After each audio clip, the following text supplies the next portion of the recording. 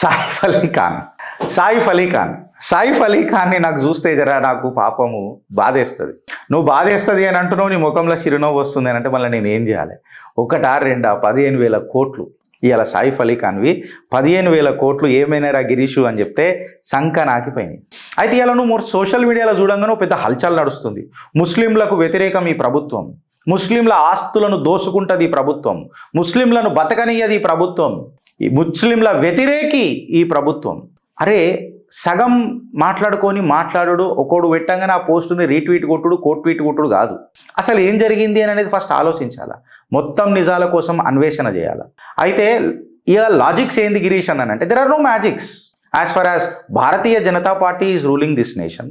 There are no magics, logics అని అనాలి. మ్యాజిక్లు ఏం లేవు, అన్ని లాజిక్లే, ప్రతి ఒక్కటి లాజిక్తోనే ఉంటుంది. అయితే లాజిక్ తెలుసుకోవాలంటే మనం భారతదేశ చరిత్ర తెలుసుకోవాలి. భారతదేశ చరిత్ర తెలుసుకోవాలనంటే ఔరంగజేబ్ నాటికి మనం పోవాలి. ఔరంగజేబ్ నాటికి పోవాలని అంటే మనం దోస్త్ మహమ్మద్ ఖాన్ అని చెప్పుకోడు ఉండే. ఎప్పుడైతే మొఘళ్ళ మీద బ్రిటిషర్లు మరాఠాలు గట్టిగా పడంగానే హల్చల్ కాగానే మొఘల్ సల్తనత్ డల్ అయింది. డల్ కాగానే దోస్త్ మహమ్మద్ ఖాన్ అనేటోడు మధ్యప్రదేశ్ మీద కన్నేసి పెట్టిండు, ఎస్పెషల్లీ భూపాల్ మీద. మధ్యప్రదేశ్ మీద కన్నేసి పెట్టి కబ్జా చేసుకున్నాడు. కబ్జా చేసుకున్న తర్వాత అంటే ఇన్ఫ్యాక్ట్ ఇక బ్రిటిషు మరాఠా గట్టిగా అవుతున్నప్పుడు మొఘల్ సల్తనత్ సంకనాకింది కదా. సంకనాకిన తర్వాత ఈడు కబ్జా చేసిండు. 1926లో సుల్తాన్ జొహాన్ బేగం అని చెప్పి ఒక నవాబీ బేగం వచ్చింది. ఇక ఆమె రియల్ ఫోటోలు మీరు గూగుల్లో చేసి వస్తుంది. కాకపోతే మన బాలీవుడ్లో పెట్టిరనంటే జిల్ జిగా క్యారెక్టర్లు పెట్టి చూపిస్తారు. So let us not go in to their ఏమంటారు వాళ్ళ ఎట్లుండే ఏముండే వాళ్ళ అందచందాల మీద కాకుండా వాళ్ళ చక్కదానాల మీద కాకుండా చరిత్ర మీదకే పోదాం. 1926లో ఫ్రెండ్స్ సుల్తాన్ జొహాన్ బేగం నవాబీ బేగం అవుతుంది.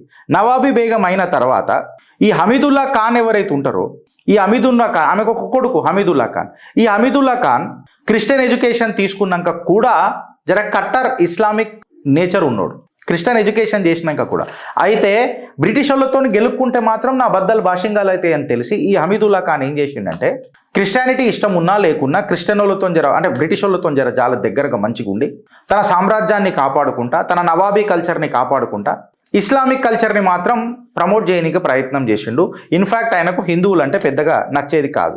అయితే ఇదే హమీదుల్లా ఖాన్ ఏం చేసిండంటే ఫ్రెండ్స్ వెనకటికి స్వతంత్ర పోరాటంలో కూడా భారత్కి పెద్దగా సపోర్ట్ చేసిన దాఖలాలు ఏం లేవు. ఇన్ఫ్యాక్ట్ నా దృష్టిలో మాట్లాడాలంటే ఈ హమీదుల్లా ఖాన్ ఒక గద్దారే. బికాస్ గద్దార్ అని ఎందుకు మాట్లాడుతున్నా ఈ హమీదుల్లా ఖాన్ అని అంటే ఆనాటికే నీళ్ళ చరిత్ర ఇంతే. హైదరాబాద్లో నిజాం గాడైనా సరే, ఈడ ఉన్న హమీదుల్లా గాడైనా సరే, ఆడ మన ఉత్తరప్రదేశ్ ఇంకొక నవాబు గాడైనా సరే ఎంతసేపు భారత్లో ఉంటారు, భారత్ పంట తింటారు, భారత్లా రక్షణ తీసుకుంటారు, పాకిస్తాన్ పాట పాడతారు. అందుకే ఇలా నేను గద్దార్ అని పిలుస్తాను. ఈ హమీదుల్లా ఖాన్ గాడు ఏం చేసిండంటే వెనకటికి ముస్లిం లీగ్తో చేతులు కలిపిండు. ఇన్ఫ్యాక్ట్ చెప్పాలనంటే మహమ్మద్ అలీ జిన్నా ఎవడైతే ఉండదు ఇప్పుడు జంగిలీ జిన్నా అని చెప్పి మాట్లాడతాం కదా మనం, మన భారతదేశానికి జంగిలీ జిన్నా. ఈ జంగిలీ జిన్నా దానికి బాగా దోస్తయి ఇక రాయన్ లెటర్లు లేదా ముస్లిం లీగ్కి ఫుల్ సపోర్ట్ చేసిండు వెనకటికి. భారతదేశం స్వతంత్ర పోరాటంలో కూడా మనోడు దాఖలాలు ఏంలో ఈ హమీదుల్లా ఖాన్ గానివి. ఎందుకు అని అంటే అక్కడ భారత్ స్వతంత్రం అయిపోయింది అనుకో ఖచ్చితంగా కొంచెం హిందూ డామినెన్స్ ఉంటుంది. ఈ డెమోక్రసీలో మా రూల్స్ నడవై, మా నవాబీ కల్చర్ నడవదు. సో నేను పాకిస్తాన్కి సపోర్ట్ చేసింది అనుకో ఆబ్వియస్గా నా రాజ్యం నా దగ్గర ఉంటుంది అని చెప్పి ఒక దురుద్దేశం ఉన్న దరిద్రుడు ఎవడు అని అంటే ఈ హమీదుల్లా ఖాన్. ఇటు జిన్నా ఖాన్కి సపోర్ట్ చేసిండు. ఖచ్చితంగా భారతదేశ స్వతంత్రం వస్తే 82% పాపులేషన్ హిందీ ఉన్నది భూపాల్ది కూడా. సో వీడిని దగ్గర రానియరని తెలుసు. సో ఈ ప్రిన్స్లీ స్టేట్స్ ఏవైతే ఉండేనో, ఏదైతే మన నిజాం, ఇప్పుడు ఈ వీడున్న హమీదుల్లా ఖాన్, భూపాల్, ఇవన్నీ భారతదేశంలో కలవనీకే చాలా ఇబ్బంది పడ్డాయి. సర్దార్ వల్లభాయ్ పటేల్ గారు విశ్వ ప్రయత్నం చేసినా వీళ్ళు ఏదో ఒక కారణం చెప్పి పక్కకు జరిగేటోళ్ళు. ఎప్పుడైతే ఇక దాని తర్వాత అక్కడ ప్రజల మీద, హిందువుల మీద నార్మల్ ఆపరేషన్ లేకుండే, వీళ్ళది ఒత్తిడి లేకుండే. అక్కడ ఒక ప్రజాందోళన్ అని చెప్పి ఒక ప్రజామండల్ అని చెప్పి ఒక సివిల్ ప్రొటెస్ట్ కూడా నడిచింది ఈ భోపాల్లో. అత్యాచారాలు జరిగినాయి హిందువుల మీద. ఇవన్నీ జరుగుతున్న తరుణంలో సర్దార్ వల్లభాయ్ పటేల్ గారు మళ్ళా ఈ డిసోబీడియన్స్ మూమెంట్లు ఏం జరుగుతున్నాయి నీ దగ్గర, పరిపాలన చక్కగలేదని చెప్పి కన్నెర్ర చేయగానే కలవక కలిసిండు. పొలిటికల్ అండ్ ఎకనామిక్ ప్రెషర్కి 30th April 1941కి మన భారత్తో ఇంటిగ్రేట్ అయిన తర్వాత భారత్లో కలిసిన తర్వాత కమ్మగా పుల్లగా పెన్షన్ తిన్నాడు ఈ దరిద్రుడు.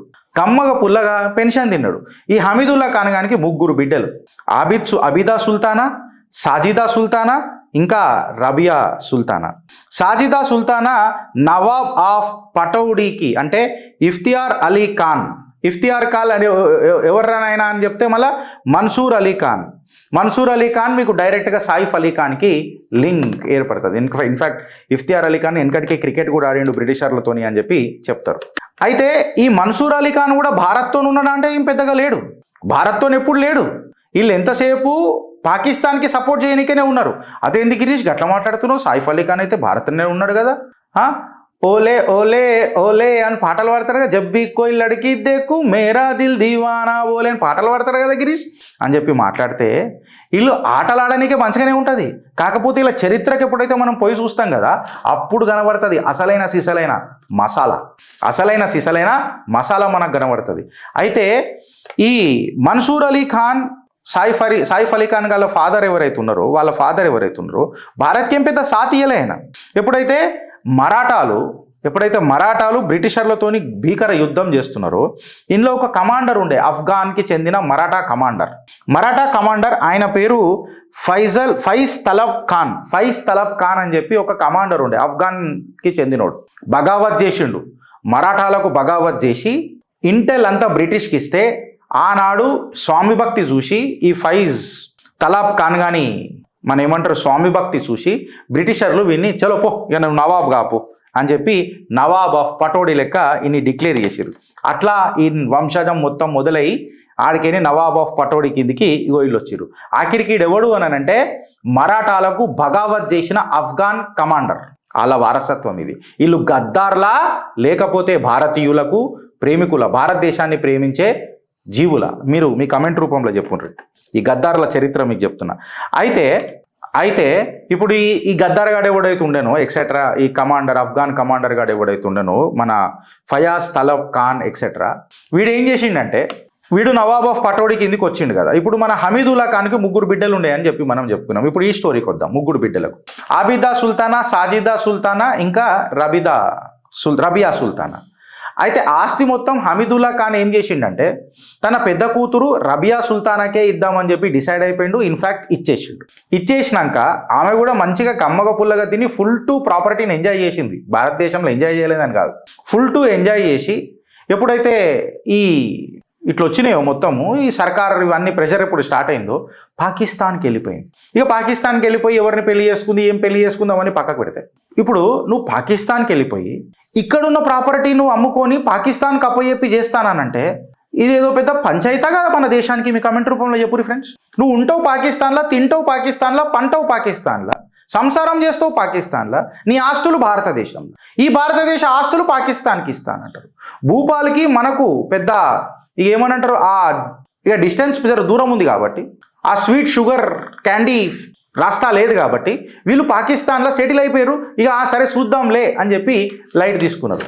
అయితే ఇప్పుడు ఇక సాజిదా సుల్తానా ఇక్కడ లేదు, అబిదా సుల్తానా ఇక్కడ లేదు కాబట్టి సాజిదా సుల్తానా భారతదేశంలో ఉంది కాబట్టి అగో మా అక్క పోయింది కదా, మా అక్క ఆస్తు నా ఆస్తి కాదా, ఆమె పాకిస్తాన్కి వెళ్ళిపోయింది కాబట్టి నేను ఈ ఆస్తి తీసుకుంటా. అయ్యా జాగిరి నీ అక్క ఏదైనా భారతదేశంలో ఉన్నదా, పక్క రాష్ట్రానికి పోయిందా, పక్క దేశానికి పోయింది, మా శత్రు దేశానికి పోయింది. అయితే యాక్చువల్ ప్రాపర్టీ అబిదా సుల్తానా అని మనకు తెలిసిపోయింది. అప్పటిదాకా వీళ్ళు ఒక రూల్ తీసిరు, ఏంటంటే కాంగ్రెస్ ఉన్నప్పుడు ఏం చేసిరారంటే ఈ పూల్వల్ల చాచాకు కరెక్ట్గా డెసిషన్స్ తీసుకోనికి రాకపోతుండే. ఈ జిందగీ నామీలేగి దుబారా లెక్క ఎంతసేపు లేడీ మౌంట్ బ్యాటన్ చుట్టే ఉంటుండే ఇలా రాజకీయాలు కాంగ్రెస్లో. అయితే హైలైట్ ఏమైందంటే 1962, 1971లో పాకిస్తాన్తో 1965 ఎక్సెట్రా ఈ టైంలలో మనకు వార్లు జరిగినాయి కదా. 1947, 1948 డేట్స్ పక్కకు పెడితే వార్లు జరిగినాయి. ఇండియా 2 సార్లు పాకిస్తాన్తో, ఒకసారి చైనాతో. జరగంగానే ఈ కస్టోడియల్ ప్రాపర్టీలు అంటే ఎవడన్నా పాకిస్తాన్కి వెళ్ళిపోతే ఇది భారతదేశం కస్టోడియల్లో పెట్టుకుంటుండే. అంటే వాడు మళ్ళీ తిరిగి వస్తే ఇచ్చేయనీకే. చాచా నెహ్రూ గిట్లా పెట్టిండు. అన్ని గులాబ్ పువ్వు పంచాయతీలే ఉంటుండే. అయితే వీళ్ళు మళ్ళీ తిరిగి వచ్చి తీసుకోవచ్చు, పోవచ్చు. ఇవేం పాగల్ పంతిరాబోయి నాకు అర్థం కాదు. అయినా కస్టోడియల్ ప్రాపర్టీని మనం ఎందుకు మెయింటైన్ చేయాలి? వాడేమో మనతో యుద్ధం చేస్తాడు ఆ దేశపోడు, పాకిస్తానోడు, చైనాడు అని చెప్పి ఏం చేసిరంటే వీటిని ఎనిమీ ప్రాపర్టీల లెక్క డిక్లేర్ చేసుడు స్టార్ట్ చేశారు. ఇప్పుడు మీకు ఎనిమీ ప్రాపర్టీస్ అని చెప్పి బాగా కనపడతా ఉంటాయి. ఈ ఎనిమీ ప్రాపర్టీస్ అని చెప్పి డిక్లేర్ చేసిరు ఫ్రెండ్స్. ఈ ఎనిమీ ప్రాపర్టీలలో పర్వేజ్ ముషరఫ్ ఖాన్ ప్రాపర్టీలు కూడా ఉన్నాయి, లేవని కాదు. సేమ్ ఇగో ఇట్లాంటి కథనే నవాబ్ ఆఫ్ యూపీ మన మహబూబాబాద్లో ఉంటాడు ఒకడు నవాబ్. వాడు కూడా ఏం చేసిండు తెలుసా, 1947లో మనకు ఇండిపెండెన్స్ వస్తే, స్వతంత్రం వస్తే 10 సంవత్సరాలు కమ్మగా పుల్లగా ఈడ తిన్నాడు పెన్షన్. తిని 1957లో పోయి పాకిస్తాన్లో సెటిల్ అయిండు. Nawab of Uttar Pradesh, Nawab of UP, ఆడ పాకిస్తాన్లో సెటిల్ అయిపోయిండు. అనుకోడికేమో ఈడ సచ్చిండు. ఆడేం చేసిండు, కేసు వేసిండు. మా అయ్య పోతే పోయిండు, నేను మాత్రం భారతదేశంలోనే ఉంటా, మా అయ్య లేడు కాబట్టి ఆస్తి నాది అని చెప్పి వేసిండు. అంటే ఈడికి కూడా మంచి సంబంధాలు ఉండే పాకిస్తాన్లో. అయ్యనే ఎవడన్నా ఓగొట్టుకుంటాడా? నవాబ్ కా బేటా మొహమ్మద్ ఆమీర్ మొహమ్మద్ ఖాన్ కేసు కొట్లాడి 2000 ఆర్డర్ల కోర్టు ద్వారా దీని మీద హక్కు సంపాదించాడు. దాని తర్వాత ఏమైందంటే సూర్యుడు ఉదయించిండు భారతదేశంలో. సూర్యుడు ఉదయించిండు. ఏమైతుంది నా బిడ్డలకు అని చెప్పి 2014లో మే నరేంద్ర దామోదర్ దాస్ మోదీ ఈశ్వరికి శపథ లేతాము అని చెప్పి ప్రమాణ స్వీకారం చేయంగానే ఇలా బద్దలు మొదలైనవి, బాషింగాల కూడా మొదలైనవి. అప్పుడు ఆయన ఒక కొత్త రెట్రోస్పెక్టివ్ యాక్ట్ తీసుకొని వచ్చిండు. రెట్రోస్పెక్టివ్ యాక్ట్ అంటే ఇది ఓల్డ్ మీద పనిచేస్తుంది, ఇప్పుడు జరగబోయే న్యూ దాని మీద కూడా పనిచేస్తుంది. ఎనిమీ ప్రాపర్టీ మొత్తం ప్రభుత్వాలు తీసేసుకుంటుంది కంప్లీట్గా. అంటే ఇన్హెరిటెన్స్, ట్రాన్స్ఫర్, సేల్ ఇక జరగదు అని చెప్పి క్లియర్ కట్గా ఒక రెట్రోస్పెక్టివ్ యాక్ట్ ఎవడు తీసుకొని వచ్చిండు? నీ నా మన దేశ ప్రధాని. ఎవరి సర్కార్? మీ నా మన సర్కార్. భారతదేశం సుఖశాంతులు ఉండాలని ఎల్లప్పుడూ కోరుకునే సర్కార్ ఇగో యాక్ట్ తీసుకొని వచ్చి ఈ రెట్రోస్పెక్టివ్లకు యాక్ట్లకు రాగానే ఇక నరేటివ్ బిల్డ్ చేసిరు వాయగా లేబర్లు. ఆ రెట్రోస్పెక్టివ్ సినారియాలో వచ్చిన జడ్జిమెంటే ఇగో ఈ సాయిఫ్ అలీ ఖాన్. నీ అక్కడ వాయ్ సాజిదా సుల్తానా గారు, మీ అబిదా సుల్తానానో లేకపోతే ఎవరు ఉన్నారో ఆమె అక్కడ వాయిన తర్వాత రెట్రోస్పెక్టివ్ యాక్ట్ సినారియో కింద ఓల్డ్ అండ్ న్యూ ఏదున్నా ట్రాన్స్ఫర్ కానీ, సేల్ కానీ, ఇన్హెరిటెన్స్ కానీ జరగదు అని చెప్పగానే కోర్టులు తీర్పిచ్చినాయి. ఇయంగానే సూడు బుల్లమ్మా ఆట సిన్నోడిది అని అన్నట్టు సాయిఫ్ అలీ ఖాన్కి 15,000 కోట్ల ఆస్తి గుంతలకిడి గుల గుల గుల ఊహా ఊహా అని చెప్పి ఇప్పుడు వీళ్ళు ఏం చేసిరు తెలుసా వెనకటికి ఫ్రెండ్స్, మీకు ఇంకా తెలియాలి, ఈడు కాగలే. ఇక ఈడ నరేటివ్ మొదలెడతారు కదా సెక్యులర్లు. మన మన మన సనాతన ధర్మంలో ఉంటారు కొంతమంది బిచ్చం బతుకులకు అలవాటు పడ్డోడు చిల్లర నా కొడుకులు. వీళ్ళందరూ నరేటివ్ బిల్డ్ చేస్తారు. ఇక అగో ముస్లింల ఇది స్టోరీ మొత్తం, ఇది స్టోరీ. ఇప్పుడు మీరు కమెంట్ రూపంలో చెప్పురు ఫ్రెండ్స్, వాడెవడో పాకిస్తాన్కి వెళ్ళిపోయినాక, వాడు పాకిస్తాన్లో సేఫ్టీ చూసుకుంటున్నాక, వాని సేఫ్టీ పాకిస్తాన్లో ఉన్నది అని తెలుసుకున్నాక మనం వాడికి ఇక్కడ ఎందుకు వాని ప్రాపర్టీలను మనం ఉంచాలా? ఇచ్చి వేలం పాట వాడిచ్చేసి చేసేయాలి కదా. ఇప్పుడు దారుసలాం ఎస్టేట్స్ పెద్ద పెద్ద ఏవైతే ఉన్నాయో చూడు భూపాల్లా సైఫ్ అలీ ఖాన్వి, అవన్నీ సంకనాకిపోయినాయి. ఇయ్యాల అవన్నీ సంకనాకిపోయినాయి. ఇన్ఫ్యాక్ట్ ఈ ప్రాపర్టీస్ అన్ని సెన్సిటివ్ ఏరియాస్ ఉంటాయి. మళ్ళీ వెనకటికి ఎనిమి ప్రాపర్టీస్ ఏవైతే ఉండేనో మిలిటరీ కంటోన్మెంట్ ఏరియాస్లలో ఉండే. ఇప్పటికీ మన నిజాం బారసులు అని చెప్పి తిరుగుతూ ఉంటారు మన హైదరాబాద్లో కూడా. హమ్ నవాబ్తే కైసే నవాబ్తే హమ్ 100 భార్య 101 కొడుకు నేను అని చెప్పి చెప్పుకుంటారు. వీళ్ళు ఏడికైనా వస్తారో నాకు అర్థం కాదు, ఎన్ని భార్యలు ఉన్నారో నిజాంకి తెలియదు, కానీ వీళ్ళందరూ వారసులే అని చెప్పి చెప్పుకుంటారు. అయితే ఎనిమీ ప్రాపర్టీ యాక్ట్ అనేది కేవలం భారతదేశంలో లేదురా ఐడినా కొడుకులారా, ఎవడైతే వీళ్ళన్నిటికీ సపోర్ట్ చేస్తారు కదా సగం సబ్జెక్ట్ ఉన్న వాళ్ళకి చెప్తున్నా. ఈ ఎనిమీ ప్రాపర్టీ అనేది కేవలం భారతదేశంలో లేదు. మీకు ఇది బ్రిటన్లో కనిపిస్తుంది, ఇది మీకు జర్మనీలో కనిపిస్తుంది, మీకు ఇది అమెరికాలో కూడా కనిపిస్తుంది. ఆడ పెద్దగా మాట్లాడరు, అదే భారతదేశంలో మాత్రం ఇంత పెద్ద ముక్కు పెట్టుకొని మాట్లాడతారు. ఎట్లా అని చెప్పి నేను మాట్లాడుతున్నా.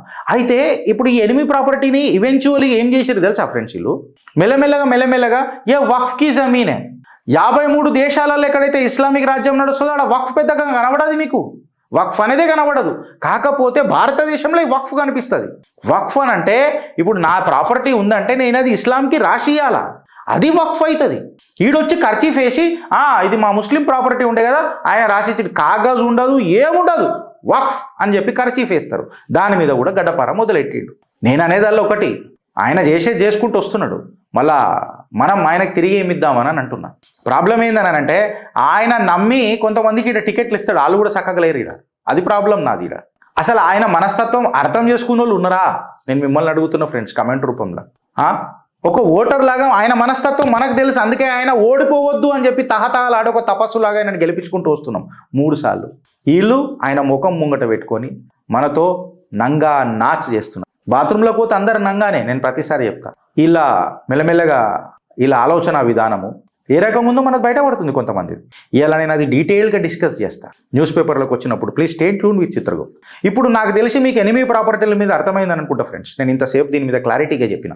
కంప్లీట్గా ఔరంగజేబ్ కాలం నుంచి ఇప్పటిదాకా దోస్త్ మొహమ్మద్ ఖాన్ నుంచి హమీదుల్లా ఖాన్ నుంచి హమీదుల్లా బిడ్డల కాడికేని, నవాబ్ ఆఫ్ యూపీ కాడికేని, నవాబ్ ఆఫ్ పటోడి ఏడికని వచ్చిండు, అఫ్ఘాన్ కమాండర్ గాని కొడుకులు, ఆన్ పిల్లలు, ఆన్ సంతానం, మనని ఎట్లా వాడుకున్నారు. మీ కమెంట్ రూపంలో చెప్పుర్రి ఫ్రెండ్స్. దీని మీద మీ అమూల్యమైన అభిప్రాయం ఒక నలుగురికి షేర్ చేయండి. అండ్ ఇన్ఫ్యాక్ట్ నచ్చితే నలుగురికి షేర్ చేయండి. మేము చేసిన కృషి మీకు నచ్చితే QR కోడ్ కనిపిస్తుంది, మీరు డొనేట్ కూడా చేయొచ్చు. భారత్ మాతాకి జై.